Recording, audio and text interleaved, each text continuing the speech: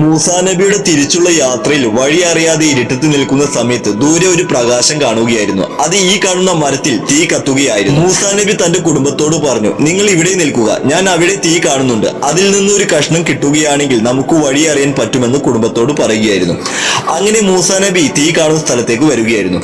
അവിടെ എത്തിയപ്പോൾ ആദ്യമായി മൂസാ നബിയോട് അള്ളാഹു സംസാരിക്കുകയായിരുന്നു. മൂസാ നബിയോട് അള്ളാഹു പറഞ്ഞു, ചെരുപ്പ് അഴിക്കുക. എന്നിട്ട് പറഞ്ഞു, ഞാൻ നിന്റെ ഏകനായ റബ്ബാണ്, നീ എനിക്ക് വേണ്ടി ഇബാദത്ത് ചെയ്യണം, ഖിയാമത്ത് നാൾ വരുന്നുണ്ട്, എല്ലാവരും അവിടെ ഒരുമിച്ച് കൂടും എന്നീ ആശയം വരുന്ന ആയത്ത് അള്ളാഹു പറയുകയായിരുന്നു.